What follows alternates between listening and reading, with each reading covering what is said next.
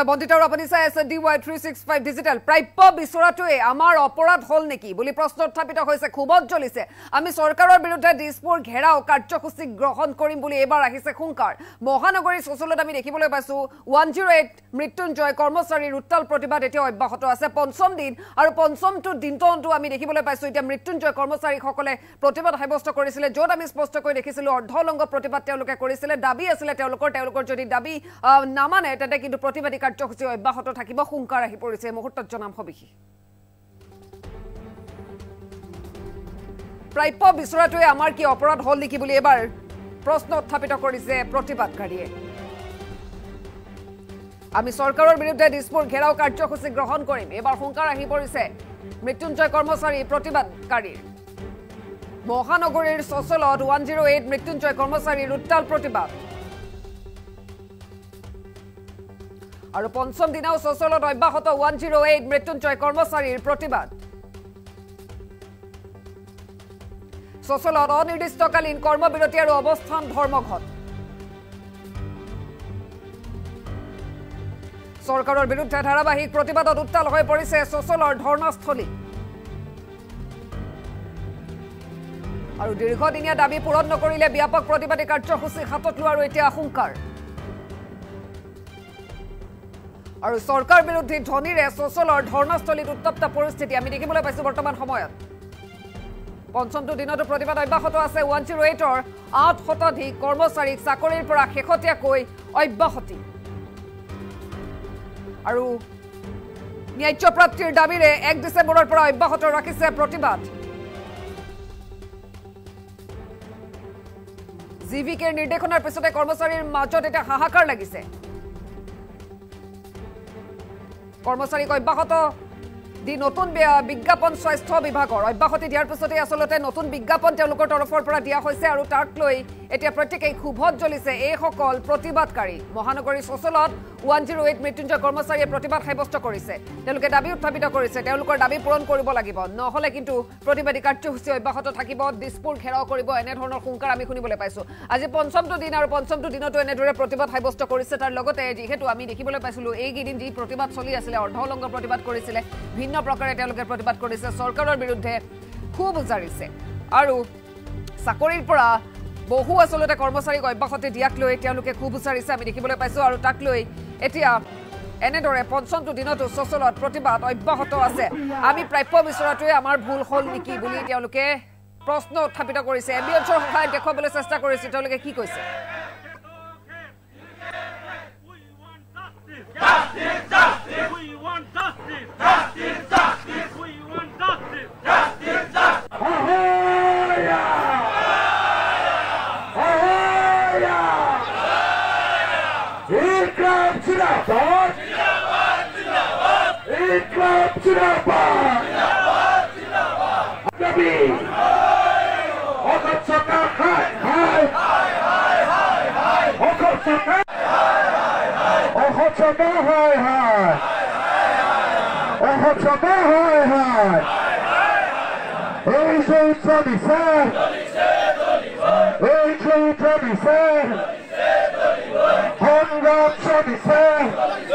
এতিয়ালৈকে আমাক চৰকাৰৰ পৰাই বা কোম্পানীৰ পৰাই কোনো যোগাযোগ কৰা নাই আজি আমাৰ পঞ্চম দিন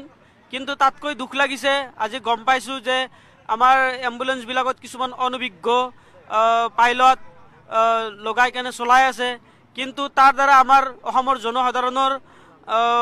বহুত ক্ষতি হ'ব কাৰণ গাড়ী এখনত বহুত এখন হস্পিটেলৰ নিচিনা ইমাৰ্জেঞ্চি সবখিনি থাকে ডেলিভাৰী হলে আমি ডেলিভাৰী কৰো বা এক্সিডেন্ট হলে বহুতখিনি কাম আমি কৰিবলগীয়া থাকে অনভিজ্ঞ পাইলট এজনে তেওঁ কেনেকৈ ডেলিভাৰী কৰিব তেনে স্থলত এনে আকৰ্ষৰ কাৰণে আমাৰ বৰ দুখ লাগিছে কাৰণ আমি এক্সট্ৰা একো আমি খোজা নাছিলো জাষ্ট আমাৰ যিখিনি পাবলগীয়া আমাৰ অভাৰটাইমৰ পইচা আমাৰ জব সিকিউৰিটি এইখিনি বস্তুৱে খুজিছিলো কাৰণ বেলেগ বেলেগ ষ্টেটত আমাতকৈ বহুত বেছি দৰমহা দিয়ে কিন্তু আমাৰ যিখিনি প্ৰাপ্য আমাৰ সেইখিনিৰ পৰাই আমাৰ খাই আছে গতিকে আমি এইখিনিয়ে বিচাৰিছো শেষত যদি এনেকৈ গৈ আজি আমাৰ হুৰতাল লৈ আমাৰ আন্দোলন হ'ব হয়তো 2 একদিনৰ পিছত মুন্দান তাৰপিছত দিছপুৰ ঘেৰাও এনেকৈ গৈ থাকিম শেষত যদি নামানে আমাৰ শেষ পন্থাটো হ'ব আমি এম্বুলেন্সৰ চকাৰ আগত আত্মজাহ দিম এইটো আমাৰ সিদ্ধান্ত।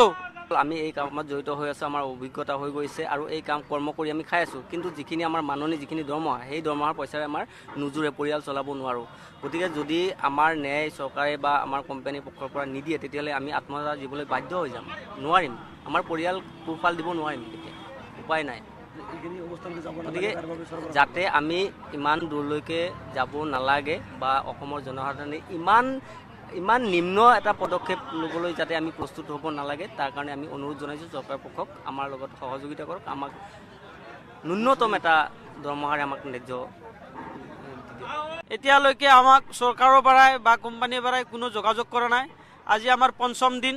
কিন্তু তাতকৈ দুখ লাগিছে আজি গম পাইছোঁ যে আমাৰ এম্বুলেঞ্চবিলাকত কিছুমান অনভিজ্ঞ পাইলট লগাই কেনে চলাই আছে, কিন্তু তাৰ দ্বাৰা আমাৰ অসমৰ জনসাধাৰণৰ বহুত ক্ষতি হ'ব। কাৰণ গাড়ী এখনত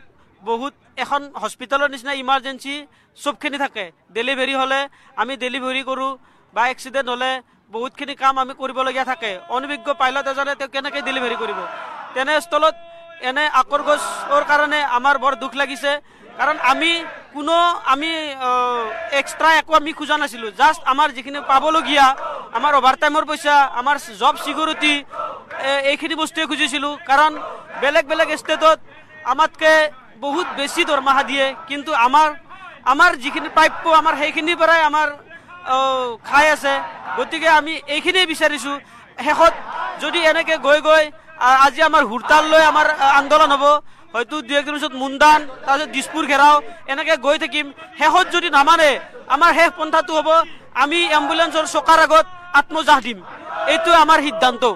আমি এই কামত জড়িত হৈ আছোঁ, আমাৰ অভিজ্ঞতা হৈ গৈছে আৰু এই কাম কৰ্ম কৰি আমি খাই আছোঁ, কিন্তু যিখিনি আমাৰ মাননি যিখিনি দৰমহা, সেই দৰমহাৰ পইচাৰে আমাৰ নোজোৰে, পৰিয়াল চলাব নোৱাৰোঁ। গতিকে যদি আমাৰ ন্যায় চৰকাৰে বা আমাৰ কোম্পানীৰ পক্ষৰ পৰা নিদিয়ে, তেতিয়াহ'লে আমি আত্মহত্যা দিবলৈ বাধ্য হৈ যাম, নোৱাৰিম, আমাৰ পৰিয়াল পোহপাল দিব নোৱাৰিম, তেতিয়া উপায় নাই। গতিকে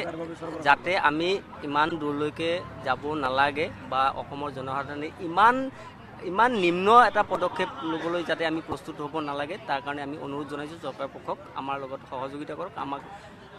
ন্যূনতম এটা দৰমহাৰে আমাক ন্যায্য। এতিয়ালৈকে আমাক চৰকাৰৰ পৰাই বা কোম্পানীৰ পৰাই